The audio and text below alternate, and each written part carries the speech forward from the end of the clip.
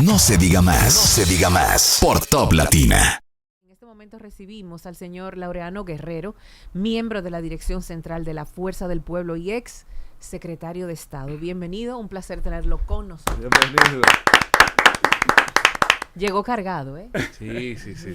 Bueno, muchas gracias, buenos días. Si me preguntan que cómo estoy, le diré que no estoy muy bien porque me he dado cuenta que el único feo de esta mesa soy yo. ¿Qué fue? Oye, ay. ¿Qué fue? Espérese. No. En alusión al libro que nos tiene entretenidos desde hace unos minutos.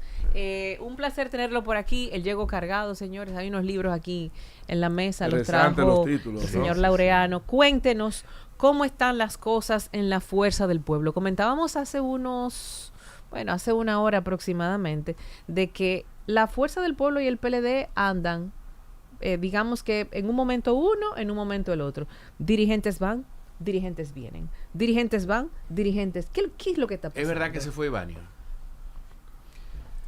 No sé, porque ni siquiera llegué a conocerla, pero las redes sociales dicen que se fue y que es de Puerto Plata, Bueno, es lo que he hay que podido ver. ver. Sí. Hay que confirmarlo, pero a lo mejor se fue porque debemos acostumbrarnos a eso, que los partidos cuando son mayoritarios, en todos los partidos van y vienen y hay gente malintencionada y bien intencionada. Tú escoges el partido de acuerdo a los sentimientos que tú tengas y a lo que se correspondan a la visión que tú tengas de la vida, pero siempre habrá en todos los partidos mayoritarios, y por eso son mayoritarios, porque hay de todo. Pero Laureano, en el entendido, por lo menos hay algo que sí tienen en común todas las encuestas, y es que ninguno, es decir, la no afiliación política es mucho mayor al porcentaje que presentan partidos mayoritarios. ¿Por qué los partidos no se centran en conquistar a esa masa que está por encima a veces de un 30-35%? ¿Por qué no conquistar de esos que no tienen afiliación y entonces se mantienen como un mercado persa intercambiándose ya los matriculados? Bueno, de lo que se trata es que todos los partidos pretenden crecer y ser fuertes. Esa es su naturaleza, para de esa manera tener la oportunidad de llegar al poder y poner en práctica lo que pregonan y lo que piensan.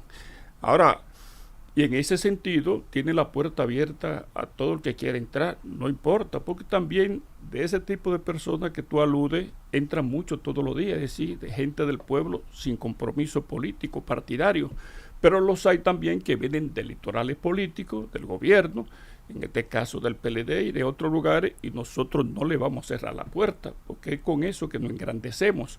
Y pienso que ellos también, de eso se trata, sobre todo que son a veces dirigentes políticos que tienen una formación y hay que aprovecharla, porque tienen una audiencia pública, porque tienen un intelecto y tienen algunas virtudes propias de un dirigente político. Y uno no se la va a cerrar. Obsérvate que no se la cierran ellos y nosotros tampoco se la cerramos. Hay que ser tonto, ¿no? Sí, quizás no es la intención per se, pero si alguien de cualquier organización política o independiente quiere entrar, le abrimos la puerta y lo juramentamos. Pienso que lo propio hacen ellos.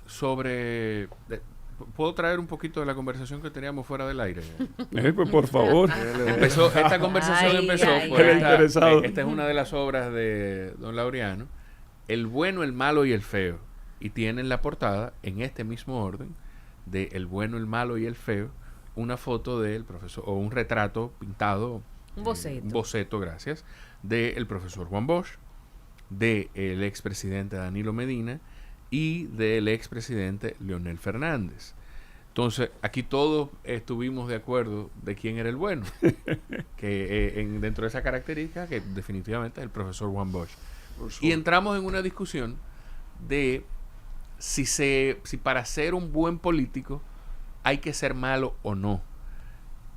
Y mencionamos al presidente Danilo Medina. Y me intrigó su reacción de si es un buen político o no. ¿Qué es un buen político el día de hoy?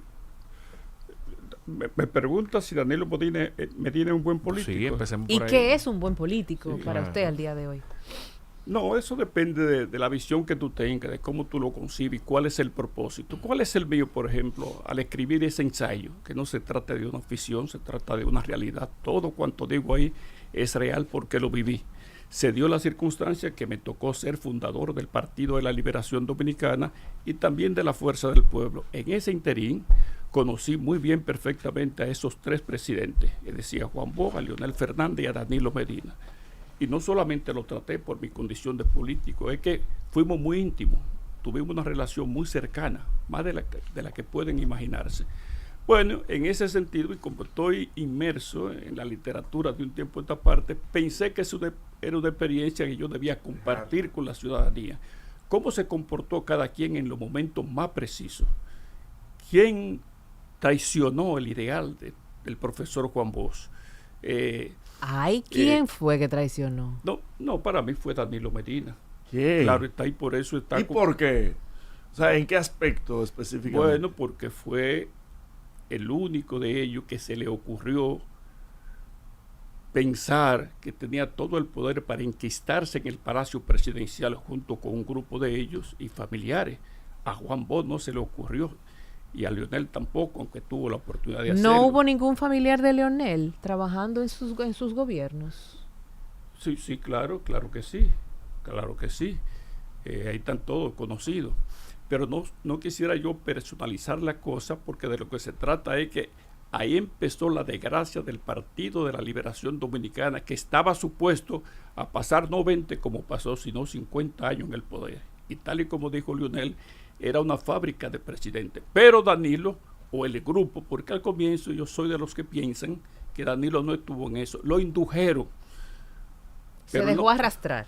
Correcto, pero tiene toda la culpa porque él no estaba supuesto como líder de ese grupo a dejarse arrastrar. Ese no es el papel del líder, pero se dejó arrastrar, modificó la Constitución para provechos propios y trató de modificarla una vez más y entonces no pudo. Tuvo que intervenir los Estados Unidos para que no se reeligiera. Y entonces buscó uno que pensó que podría hacer frente a Leonel Fernández. En fin, le cogió con impedir que Leonel Fernández sea presidente una vez más cuando tenía todo el derecho constitucional de hacerlo.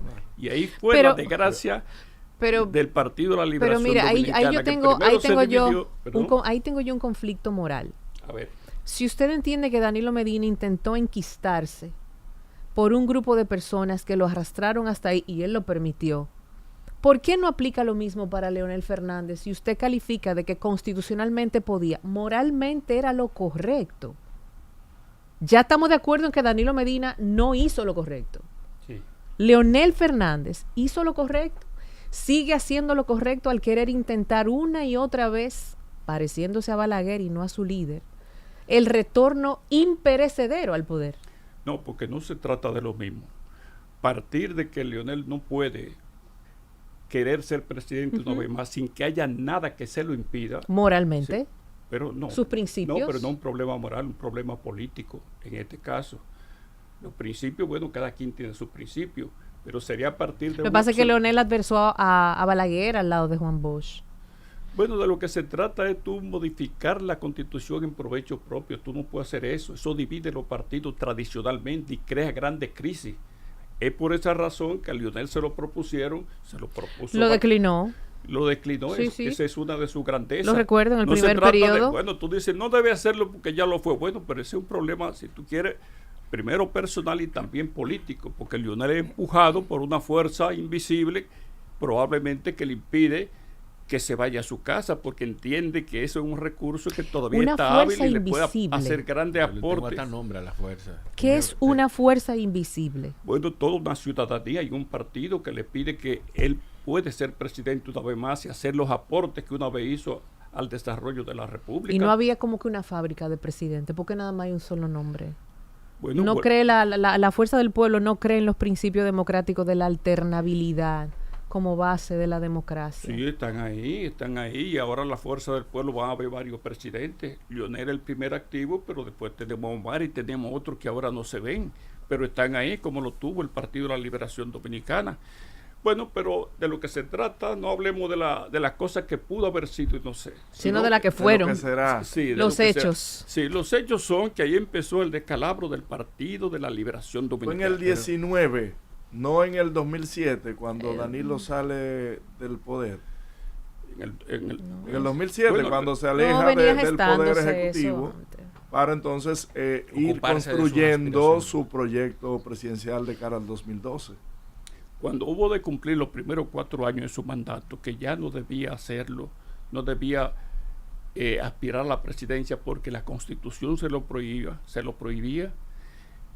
se hizo modificar la Constitución. Primero hizo una serie de musarañas para tener la mayoría en el partido que le permitieran hacer eso, ¿tú sabes? Pero no tranquilo con eso, cuando hubo modificado la Constitución y fue en efecto 4 años más, quiso de nuevo modificarla para hacer 4 años más.